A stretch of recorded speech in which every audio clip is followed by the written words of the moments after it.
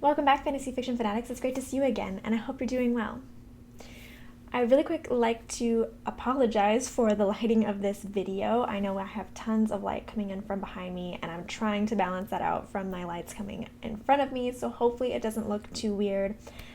If you weren't aware, I did post about it, but in case you missed it, I did have to move very, very quickly. The last several weeks has been very hectic since my last apartment flooded, and I had to quickly pack up all my stuff, move, unpack again, and all this stuff that was going on because of this flood that had too much damage in order for them to repair, and we were forced to move. So now in this new apartment, the place that I have to film is right in front of a window. So I have my backdrop up. I have above this a blackout curtain, but it doesn't reach all the way down to the bottom, so we still have some light coming in since there's light outside. And I'm hoping I can maybe fix it to make it better. Let me know if it's really just so distracting.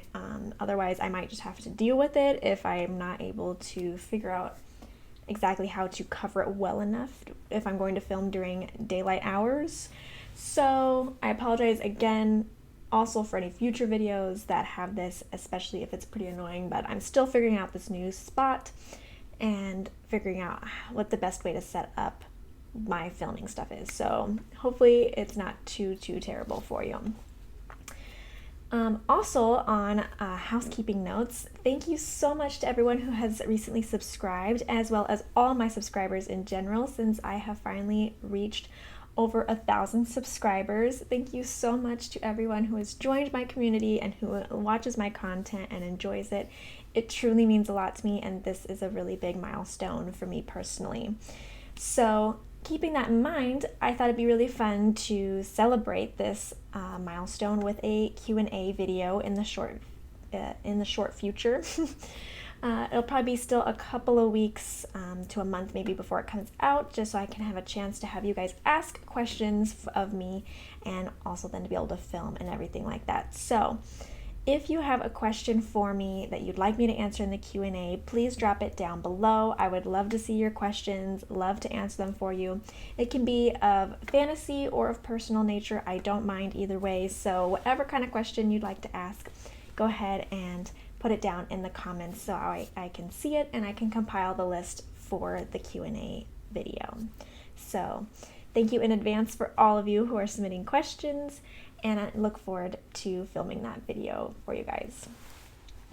All right, now on a note of today's video, today we're going to be doing a character analysis of Hagrid from the Harry Potter series. This was a commission, so thank you so much to the subscriber who commissioned me for this. I felt like this was a fun and exciting one to do. I like Harry Potter, as many of you guys know, and I've done other character analysis for Harry Potter characters, but I haven't done Hagrid yet, so I'm really excited to get into it with you today, and thank you again so much for it to be a commission from you. I truly appreciate your support of this channel. If you guys end up liking this video and you're not yet subscribed, it would be really great if you joined the community and subscribed. We would love to have you being a fantasy fanatic with us. And hopefully you will give it a thumbs up if you like this analysis and think I did a good job. Please, of course, let me know down in the comments your thoughts on Hagrid, your analysis, or any other thoughts and feelings that you have about him. I would love to have a conversation with you about him. Okay, let's go ahead and get started. So just to start off with the basic concept of who this character is, this is a reoccurring character from the Harry Potter series. He is first introduced in the very first one, Harry Potter and the Sorcerer's Stone, and he is the Hogwarts groundskeeper and also a very good friend to Harry and his friends. So he's a very well-known character. He comes up all the time, and he is important in certain situations. I wouldn't say he's like a super main character, but he is a very prominent secondary character. Now, as I was thinking about Hagrid and labeling what kind of traits he has, I feel like he is just a really, in the base of everything, is just a really good person and is one of those rare, like, truly genuine people. In a lot of stories, you have the people who seem genuine but really aren't, or, have these kind of darker sides, but I feel like Hagrid's pretty much just an open book, which I appreciate.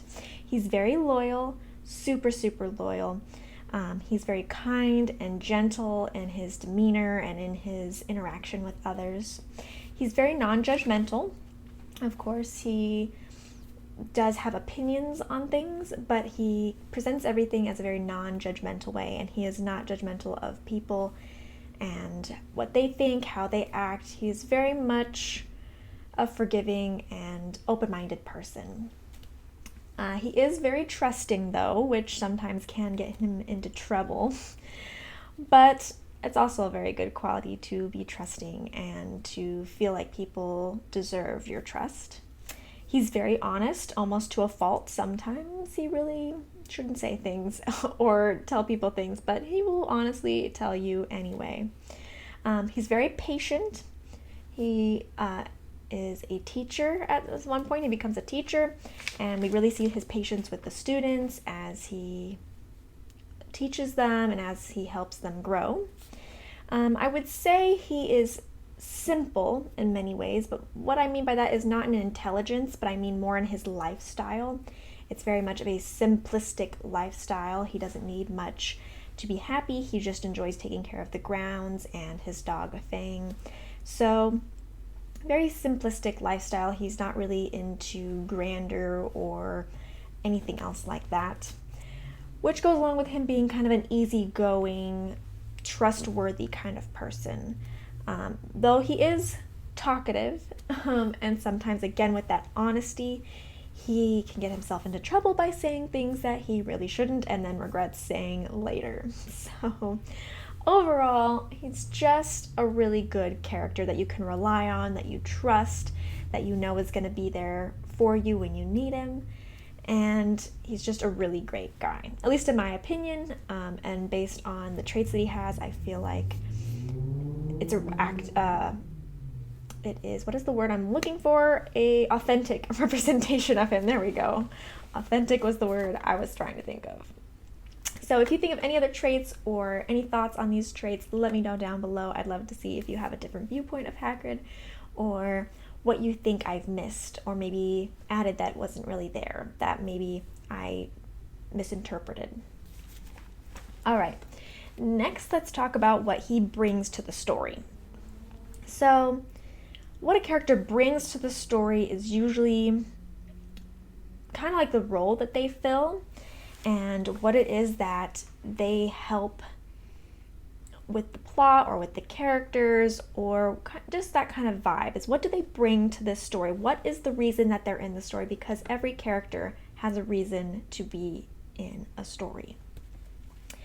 So first, I feel like he brings to the story friendship and kindness, in particular to Harry. Because Harry has not had kindness at all growing up from his aunt and uncle. And Hagrid is really the first person who he meets that truly has kindness toward him and is a friend to him. And it's just a natural thing. He exudes friendship. He helps him out. He's always kind to him. He's always there when Harry needs him. And he is just that trustworthy friend that Harry has needed all his life and has not been able to have. So I think that's the first and foremost thing, is he is a stable, readily available person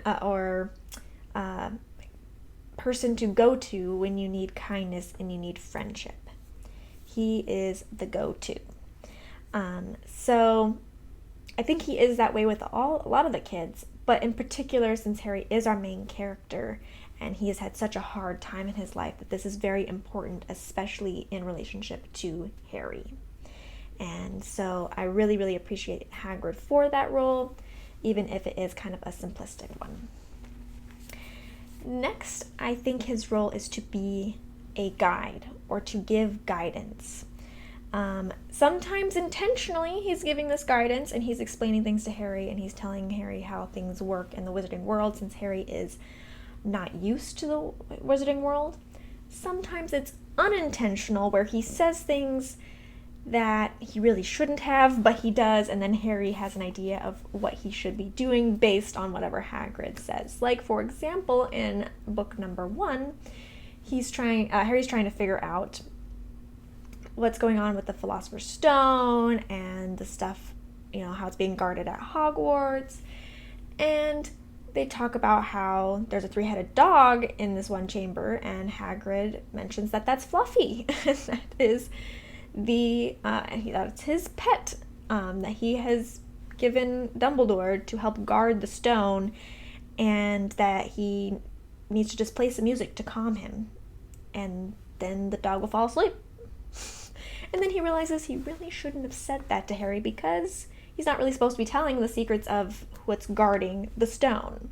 Of course, he also told that to somebody else, which again was unintentional guidance to a stranger that really should not have known about how to calm the 3-headed dog guarding the stone. But so again, sometimes it's intentional guidance, sometimes it's not. I would say more times it's intentional, in the fact that Harry goes to Hagrid, or his friends go to Hagrid and say, hey, we have this problem, or we're dealing with this, how do we go about this? And he will guide him, or he will tell him this is how it works in the wizarding world when he doesn't understand certain elements. And then sometimes it is unintentional, where he will regret telling Harry, and it is helpful usually for Harry, but Hagrid's not supposed to tell Harry. So there is that. And then last but not least, I think that he brings comedic relief. Not like in the fact that he's a clown, or that he is main element is comedic relief. He's not that kind of character that's like super goofy, or doing wild things in order to get us to laugh. I just think it's usually that he is such a lighthearted character that we get a little bit of that relief of the tension of these other scenes, and that in that way it kind of softens the mood when we see him. It softens the atmosphere. Sometimes there are funny moments with Hagrid, of course, or you're actually laughing, but a lot of it is just lightening of the mood, which is what comedic relief is supposed to do, is when you're really tense and you have a lot of stuff going on that's like high intensity and you're very stressed, or the characters are very stressed. Sometimes you have to bring it down a level in order to recover, either the characters or for the audience to get a little bit of relief, and you break that with comedic relief. And so with Hagrid, that is a little bit of that case of where we're just breaking that tension, we're having a calm moment, and we're able to realign and get ready for the next step of the journey. Next, let's look at what his role in the story is. So versus what he brings to the story, his role in the story is kind of based on his traits and based on like the archetypes of books. So what specific role is this character fulfilling? What kind of character are they, and how does that affect the story, if that makes sense? First would be that he's a loyalist. This is a very common role in a story with a lot of different characters, and Hagrid truly is a loyalist in the fact that he would never ever betray Dumbledore. He is so loyal to Dumbledore, completely and utterly. Nothing could change him from being loyal to Dumbledore. Just in the same way, he would never ever be unloyal to Harry. He loves Harry so much and would never ever be unloyal to him. So because of that, he goes above and beyond for both Harry and for Dumbledore in this story. And so anything that needs to be done, that needs to be by a trusted, loyal person, some of those things fall to Hagrid because he is so loyal. He would do anything. He takes his responsibilities very seriously. And this is seen right at the beginning of the story when Hagrid is entrusted with Harry as a baby to deliver him to his aunt and uncle's house to be taken care of. So even right from the start, we see that loyalty to Harry and to Dumbledore, and Dumbledore trusts him implicitly. So I feel like a lot of people trust Hagrid in general, but those are the two main characters that we see really taking advantage of that loyalty and really relying on Hagrid for it. So definitely a loyalist. He also takes the caretaker role. This is actually in many ways his job because he is the grounds keeper, which means he has to take care of the grounds. So he's the one in charge of taking care of the magical beasts that live out in the forest that is on the grounds of Hogwarts. He maintains the forest in general and the, basic grass and lands and stuff like that are around there. He's, basically the gardener in many ways.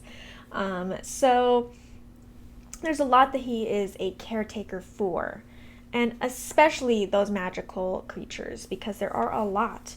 There's some in the lake, there's some in the forest, there's some that are, in the castle based on whatever needs they have if they need to bring in a magical creature.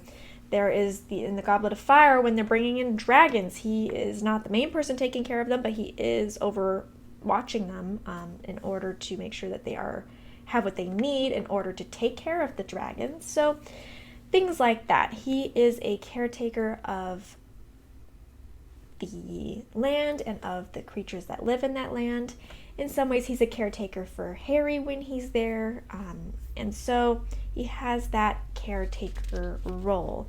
That is, I would say, he has it more than I think any other person in the story, I would think. At least in my mind at this moment, I feel like he is the main caretaker in this story. So it's a really good role for him, especially with how kind he is and how much he really enjoys taking care of the creatures, and Harry, it really fits him really well. So if you can think of any other roles or potentially anything else that he brings to the story, please let me know. I would really love to hear your thoughts and your feelings about him and his role and what he does in this story. Next, let's talk about his goals. So I thought of 2 goals. Maybe you can think of another one and you would let me know. But I think he really has 2 strong goals. And every character and every story has goals. That is why they do what they do. And that's why they are working towards whatever they're working towards in the story. So even if we don't know what their goal is per se, and it's not said, every character has a goal. And that is what they're striving for and why they are motivated to do anything at all. The first one is that he takes pride in taking care of Hogwarts and its students and its magical creatures. So for him, his goal is to do his job properly and to do it well and to be trusted to do that job. So 100% throughout the whole entire set of books is that he is to take care of the students when that's necessary, to take care of magical creatures as necessary, and to take care of the Hogwarts grounds. That's his goal. He enjoys doing it, and that is one of his main priorities. So, again, it kind of goes with his caretaker role, but it is also the goal that motivates him throughout this story. The second one is to serve Dumbledore as needed. So, any time Dumbledore asks him for anything, his goal switches to following Dumbledore's orders. Anything to help Dumbledore, anything at all, his loyalty has made it a goal in his mind that if Dumbledore needs me or I find a way I can help Dumbledore, I'm going to do that. And that is seen several times throughout the story. Again, when we first meet him, that's already something that he is striving for. And later we see him working for it more as well. So that loyalty and that caretaker role of his has then formed what kind of goals that he has and what he cares about, and that is what he is enacting upon in these stories.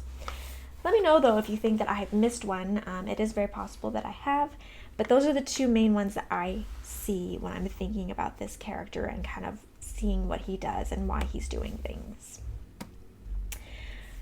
Next, let's talk about him being a half giant, because that is going to be important to him as a character, because that is his heritage. Now, I think it's interesting is that giants aren't really seen as popular or well-liked per se. But we don't have tons of interactions with giants to know that. We just kind of get these little snippets here and here that giants are not really socially accepted beings. They're kind of on their own, and humans kind of don't associate with them that much. But I don't really feel like Hagrid is bothered by being half giant. We never really get any sense that being half giant is a problem for him. In fact, when he interacts with Madame Maxime, she's the one that's bothered by being a half giant, not him, and he doesn't really understand that. So it's really kind of interesting that the giants, or the perspective of giants, there we go, if I could talk, is kind of poor, but nobody looks poorly upon Hagrid, and Hagrid doesn't even look poorly upon himself, which I find is super interesting, and I truly appreciate that about him, is he's very accepting of himself. Just as he is non-judgmental towards others, he's non-judgmental toward himself as well. This does, I think, in at least my thoughts are, is because he is half giant, this kind of gives him a link to these magical creatures that he helps, is that he has this kind of drive to nurture them. He really enjoys magical creatures. He knows a lot about them. He knows how to take care of them. He's fascinated by them. And I feel like that comes maybe from his giant heritage, because in many ways giants are kind of like a magical creature, and they do have this stigma to them. And so he can kind of relate to these creatures, and he respects them and honors them, since he has that kind of background as well. I don't know, it's not really stated, but I kind of feel like when I was thinking about him as a character, thinking about what he goes through and how he acts, I feel like maybe it is potentially because of that half-giant blood of his that he is so connected to nature and to the magical creatures that he takes care of. Then we also have the fact that his half-giant lineage does lead him to then being taking care of a full giant, which is his brother Grop. It's never fully explained to me how he knew that Grop was his brother. Maybe I'm forgetting something, but I don't remember why he actually knows that Grop is his brother. I know how he finds him, because he ends up being told by Dumbledore to go and watch the giants for a while, and so he goes off to kind of spy on the giants and like see what's going on with the giants. But he brings back Grop, and he knows it's his brother, but I don't remember why, or maybe it's not said, and maybe that's why I don't remember, is because it's not mentioned. But I don't really remember how he recognizes Grop as his brother. All I know is that he brings him back with him, and he wants to take care of him and has him deep in the woods on Hogwarts grounds, in order where it's kind of like his area that he can take care of him in. So because of this half-giant lineage, Hagrid feels responsible for his brother and decides to take care of him in the only way that he knows how. So that also kind of interacts in the fact that then he feels responsible for another giant and takes that giant in when it is needed. And last but not least, let's talk about his relationships. There are two main relationships that we have already kind of talked about in the whole character analysis that we've done so far, but let's go ahead and dive a little bit deeper into them. The first one is Harry. So Harry is very special to him. He is not just another student. He is very special to him. He loves Harry. He loved Harry even when he was a baby.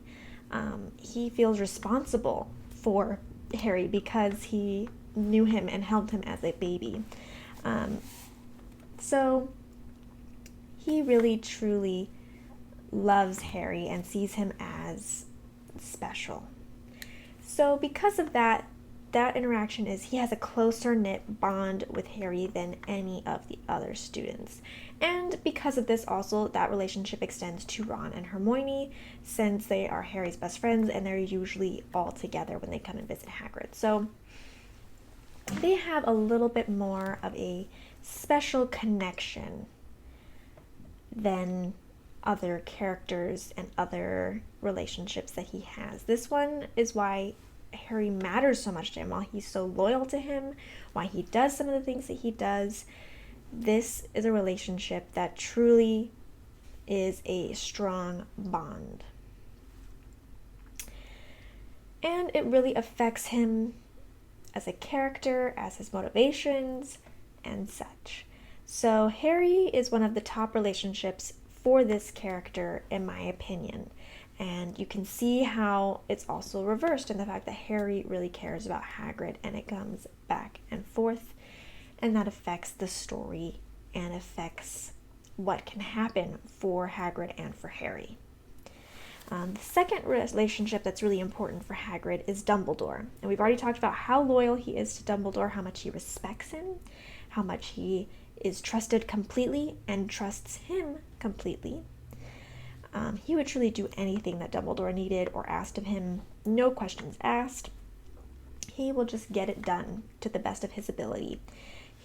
It's really a trust-based relationship in cases where Dumbledore trusts him more than other people would trust Hagrid.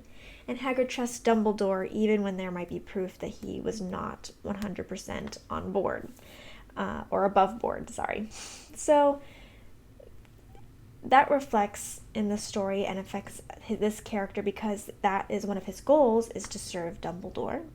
It's important to him to do the things that Dumbledore says, and it also is important for him in terms of how he does things, how he believes things.